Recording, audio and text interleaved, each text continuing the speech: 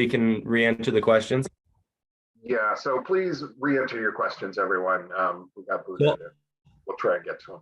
I'll answer the last one as I understood it. So if I understood it correctly, the dynamic is I have this need to feel close to my sex-addicted husband, and so I give in and have sex, and then afterwards I feel guilty about it. And then can you give me insight into this dynamic? It's an interesting one that I hear a lot. I am a huge I'm going to say this funny. I'm a huge advocate of sex. I think sex is fantastic, but we have to understand what sex is. Sex is a tool. Sex is not a need. And I have a lot of people who get frustrated about hearing that. But the funny thing is that I think sex is one of the most amazing tools for showing connection in a relationship and showing trust in a relationship and being seen and understood and heard. Like sex has an amazing ability because it's such a dare I say physical, emotional, spiritual, relational experience, right? It combines, if we have those four areas of need, physical, emotional, relational, and spiritual, like it really can be all four at one moment for a person. And so because of that, it also has this incredible vulnerability. And so if you have, in your case, a sex-addicted husband who throughout his whole life, the only way he has known to connect with another person is to use sex or to soothe his own emotions or to like manage his emotions is through sex. Like sex can still be, to the best of his ability, like this really connected experience. And if you have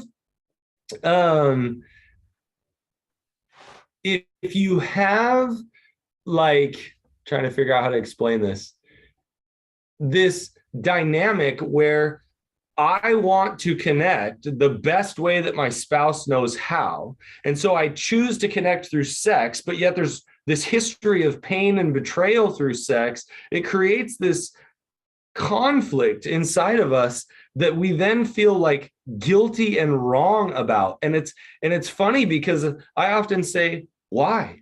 Like, it doesn't mean you shouldn't or you can't. Go ahead and feel guilty if you feel like you're somehow betraying yourself. But if for instance, you say, hey, you know what? Sadly, this is the only way he knows how, and I want to provide that. And if you feel like he's on the road of learning more and more ways, and eventually we're going to get there, then why not use the one that works for you guys, one of the ones that works for you right now?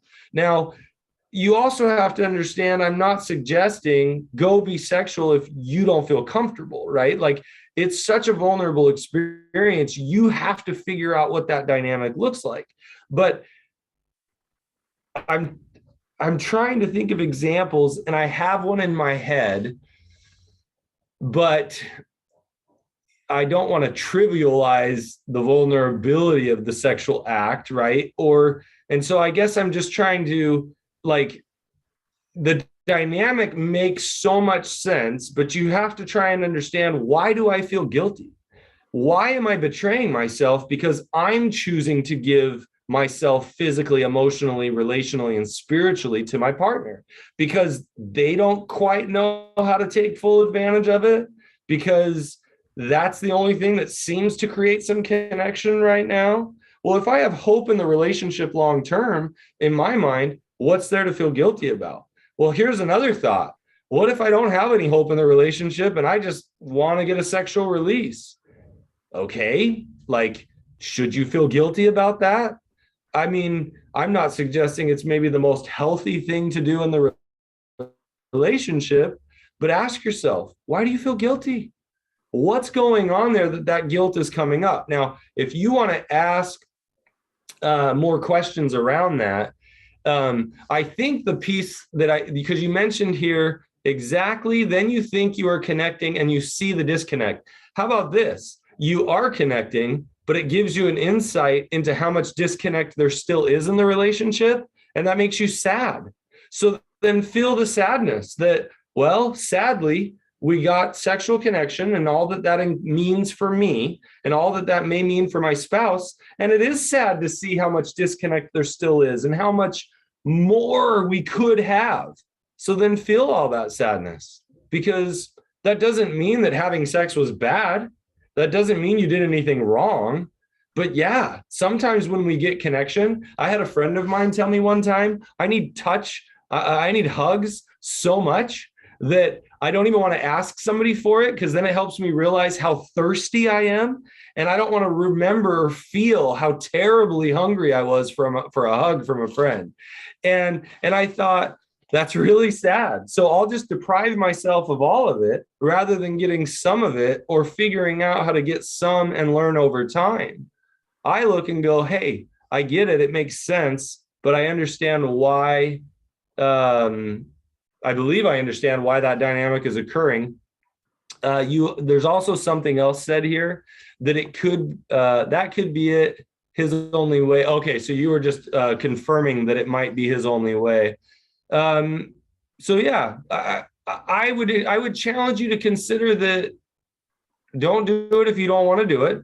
Don't do it in some false belief that it's going to get you an outcome that isn't realistic.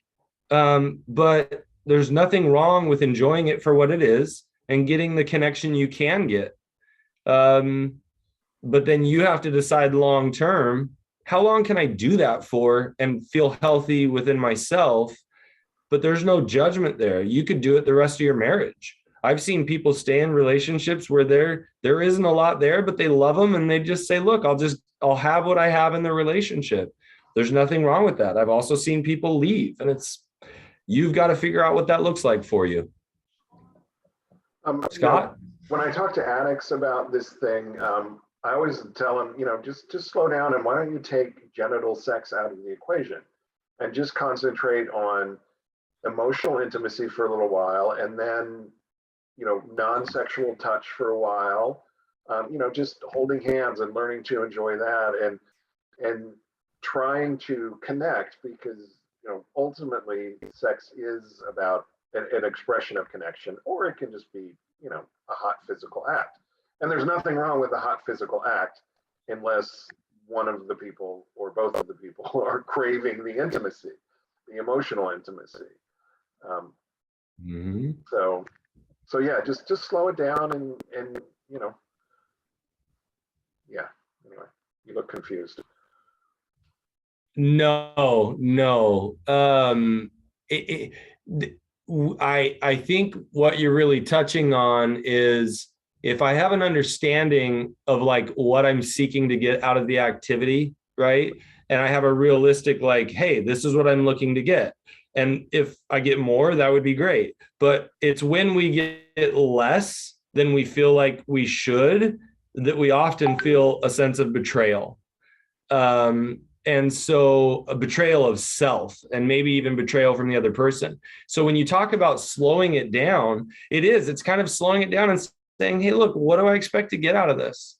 Right now, it might just be the act of my partner showing up physically and having sexual release together, if that makes sense. And that might be it. Now, I don't think there's anything wrong with that if that fits within where you're at and your moral belief structure, if that makes sense. But don't betray your moral belief structure, otherwise you're going to feel bad. So yeah, I liked what you said. Yeah, okay, next question. I'm the betrayer. I've acted out with pornography, masturbation in public. Was aroused. Have you read this? Yeah, was aroused once by someone underage. Doesn't appear to have acted on that, but there was arousal. I'm seeing a CSAT, but I don't fit the description of a sex addict. But my understanding of sexual entitlement resonates with me. How do I find therapy for this? This is a good question. Matt, why don't you want to take that one? I mean, there are other therapists out there other than certified sex addiction therapists that are probably more appropriate. Well, I guess it depends, right? Because your CSAT should be trying to assess if you fit the sexual addict category, right? They're typically going to do the SAST, and if you fit the criteria from the SAST, which I mean you can Google that and get it. I mean, you can take it. It's 45 questions, yes or no answers, as long as you're being honest with yourself, right? And then they can kind of determine, sometimes maybe we meet the criteria, but in some respects we might hit the minimum numbers, but addiction isn't necessarily, it's more just problematic sexual behavior. And so, a good CSAT is going to help you try and figure out, like, do you really fit the addict mold, or do you just have some problematic sexual behavior? But, I mean, I've had, and I think I've talked about it on here before. I've had people come in. It was interesting. At the SASH conference, there was a researcher. Oh man, I want to remember his name. Jason. Oh, I can't remember. Anyway, he talked about how his research was able to show that people from a highly religious background will overestimate their SAST or their what they believe is their addictive nature, because they're so caught up in their shame. And so sometimes we score higher on the SAST because of how much shame we're carrying, but it's actually like this moral incongruence that we have going on.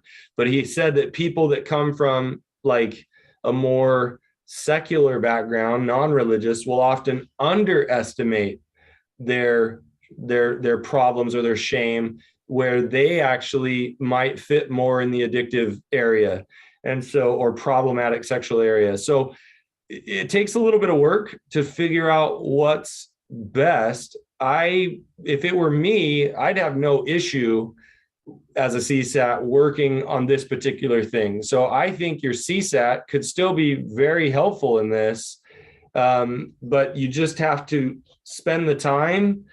Sometimes I've had spouses.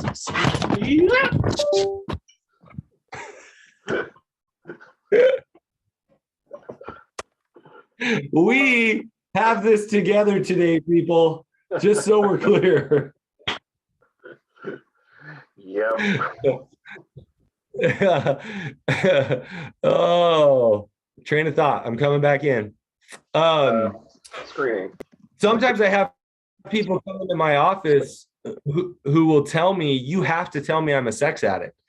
And I'm like looking at it, and with what you're telling me, I might need to see what your frequency looks like. I might need to see, yeah, you've got some problematic behaviors, but if your frequency isn't there, if your preoccupation isn't there, if certain things are there, I might say, hey, look, you've got problematic sexual behaviors. Let's work on that, but I'm not going to treat you like I'd treat somebody who truly is struggling with an addiction. So you say, where can you find the help? Well, maybe you're just actually asking about the sexual entitlement.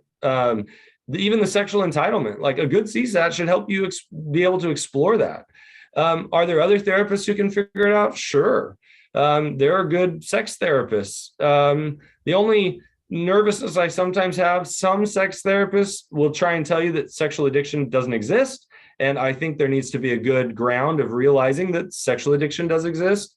And sometimes that can be overdiagnosed or diagnosed in an unhealthy way, or we lump everything into sexual addiction when it's just some problematic behaviors. So a good therapist is going to help you figure that out, including the sexual entitlement. So I don't know if that's exactly what you were asking, but I hope so.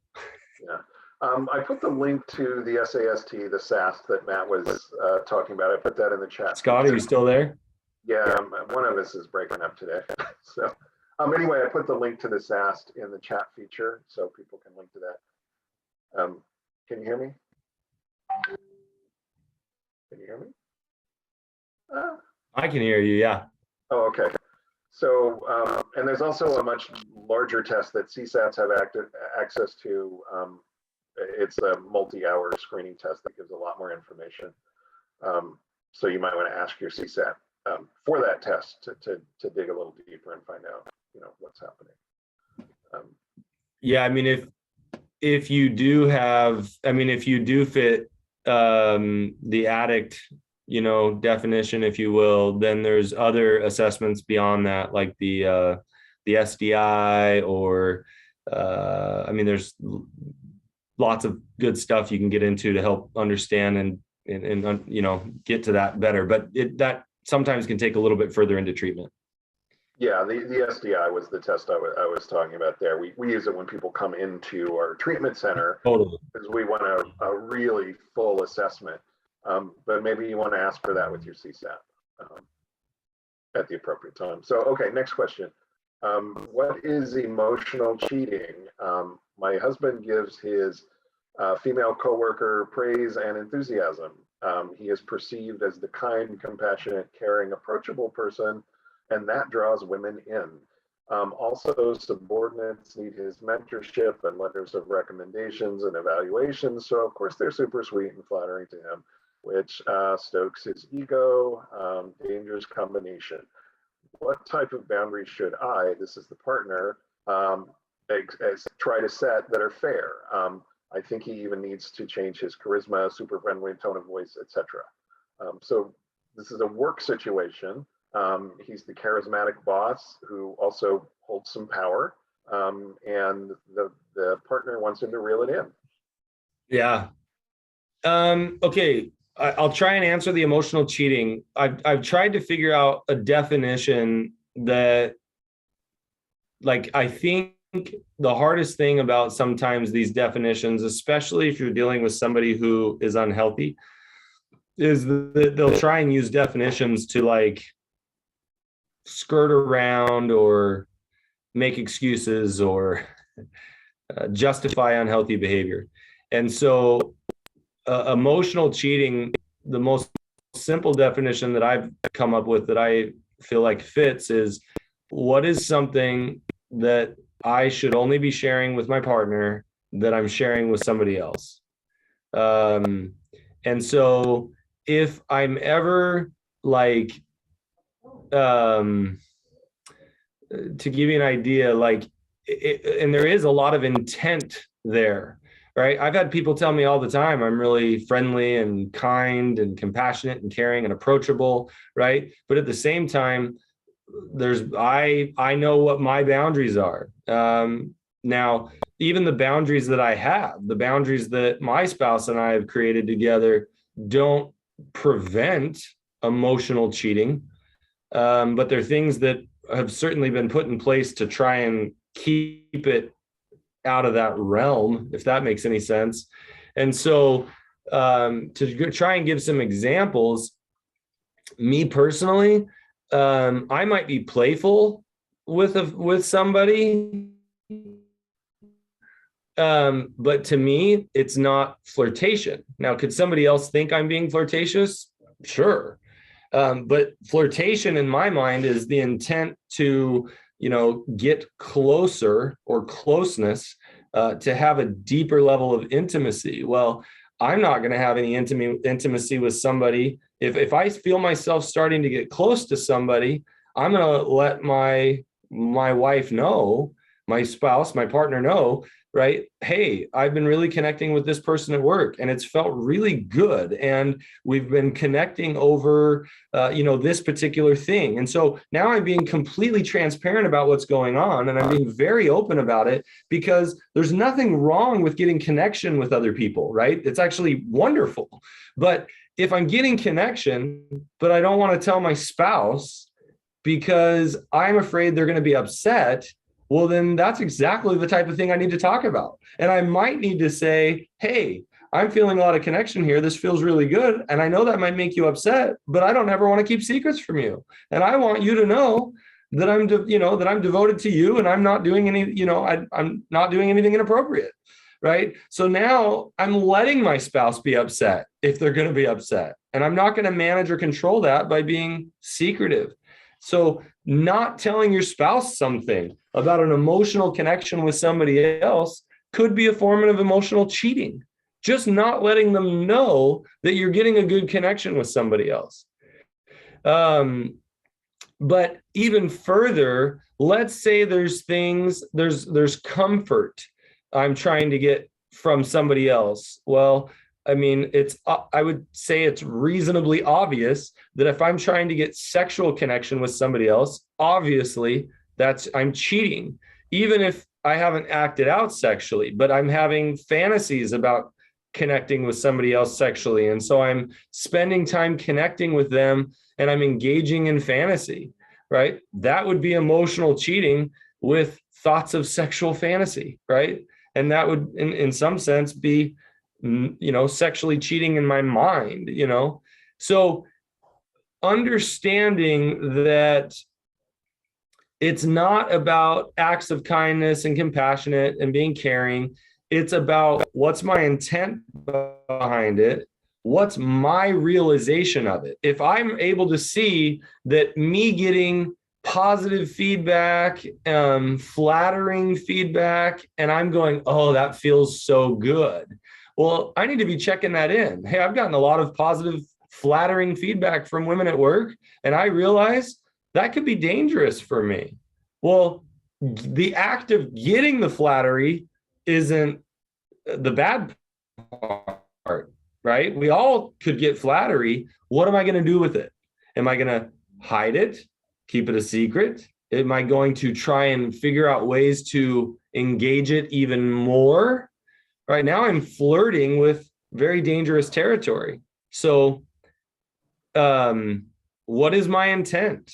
Right? I will tell you that I could get a job as a salesman and be fantastic because I have that skill set. And you better believe I'm going to use my charisma and my friendliness and my tone of voice to get what I want, which is, I mean, anytime I've ever done sales, I don't like selling things to people that they don't need. And so I'm what I consider a very ethical salesman. It's just the way I am. But like, if I'm going to use my skills to get something out of people, then it could be emotionally cheating if I'm doing it with ill intent. But that's super hard as a spouse to figure out. I have no idea how much of that you caught, Scott. Yeah, I got almost all of it. Dr. Rob's definition of cheating in Out of the Doghouse, his book Out of the Doghouse, is the keeping of important sexual or romantic secrets from your primary partner. He doesn't list any behaviors, it's the secrets. And he mentions both sexual and romantic secrets. So if I'm flirting away at work and getting this feedback and getting my jollies off of it and maybe doing more, there's a little add-on later, like, yes, this guy has acted out with people at work. Gosh. Yeah. You add in that, it's like, Yeah, I mean, and right here in the question, it says, this is a dangerous combination. Yes, it is. Power and flattering, this is a recipe for, a Me Too cover story in Newsweek. I mean, but as far as emotional cheating, it's absolutely keeping secrets. And the other analogy real quick is walls and windows. I should have a wall between me and my friend at work where it happens to be a window between me and my partner. There are things I share with my partner that I don't share with my friend at work. And when the walls and windows shift, even if I'm not having sex, I am having an emotional affair. When I'm talking about my intimate stuff with my friend at work, and I've shut my partner out, I'm cheating emotionally, and I'm probably not telling my partner. Right. So yeah. Okay, go ahead. And people, right? I mean, so first of all, if somebody is a sex addict and they work with their clinician who's a CSAT, there are assessments like the SDI that can help understand who struggles with a power dynamic, like meaning they have a power dynamic that they're like that the power dynamic is sexually arousing to them, right? It's a dangerous place for them to be. Or like the other person who said that the sexual entitlement, right? So you have sexual entitlement, you have a power dynamic, you have my brain is not remembering all the various categories, but there's a ton of different categories of where your sexual arousal can be. And as a clinician, it helps me to understand how to help people work through the emotional deficits that were going on for them to help them be more stable, for instance, in a work environment where they have a power dynamic, right? Because we can address that. So, but yes, I mean, if he's acted out with coworkers or in a work environment, man, it's going to be super tough. The other problem I see is, and I'm sure you guys have seen this as well, if I start complaining about my spouse, in my case, my wife, to another female who I'm attracted to, right? That's a total recipe for disaster, right?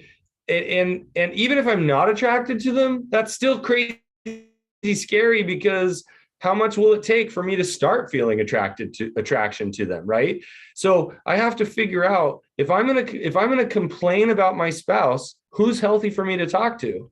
That person better be, if it's a female, it better be somebody that I'm never going to act out with. Like in my case, it might be, hey, I'm calling my sister and saying, I need help working through a problem I'm having with my wife. Can you help me? Or a cousin, right? Or, my therapist, if that makes sense, right? I'm trying to find people who I can work through this dynamic with, that they're not going to feed my unhealthy issues, that suddenly I'm getting a better connection with you than I have with my spouse because you're giving me the empathy that I desire.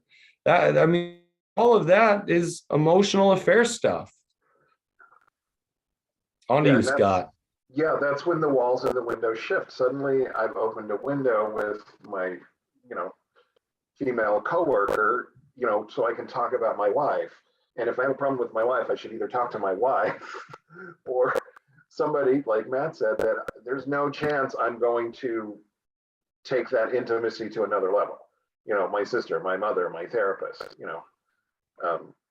so I just sounded a little bit Chinatown there at the end. My sister, my mother, my sister, my daughter, never mind. I don't know if you got that. So anyway. I got most of it. I'm interested to see how the recording turns out. Yeah. Oh God. The recording is either going to be just fine or a total mess, because Matt and I are catching about half of each other right now. So I hope you guys are getting all of it. We've actually gone through our questions. Thank you, everybody.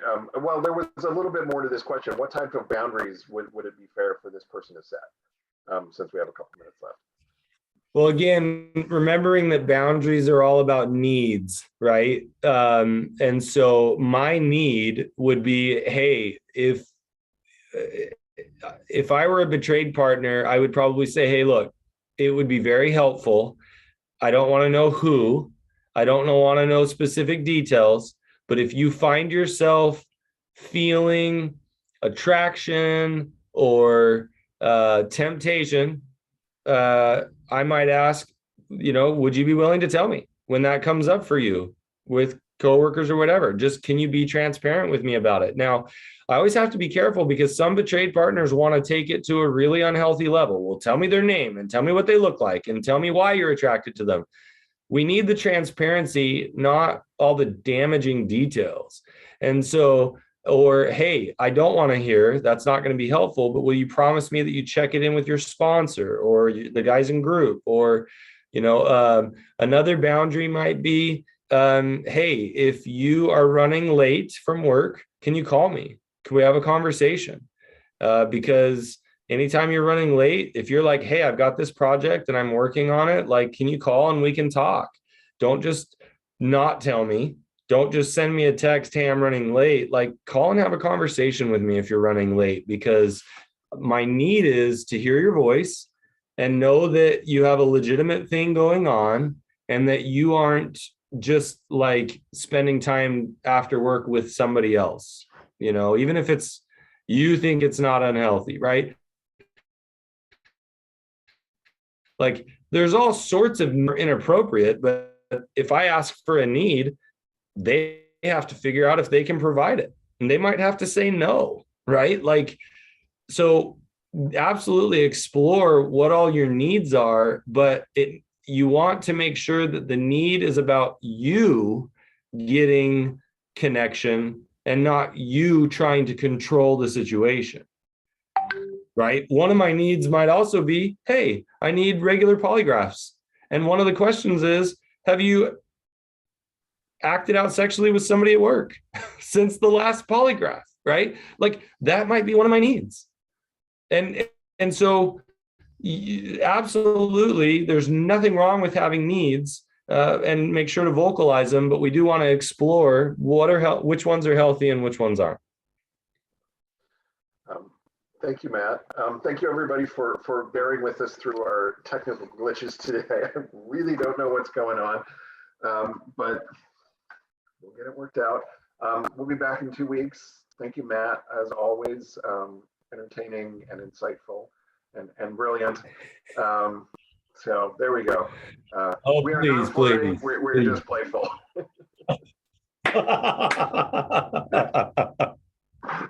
So, all right, everybody, we'll see you in a couple of weeks. Matt, thanks again.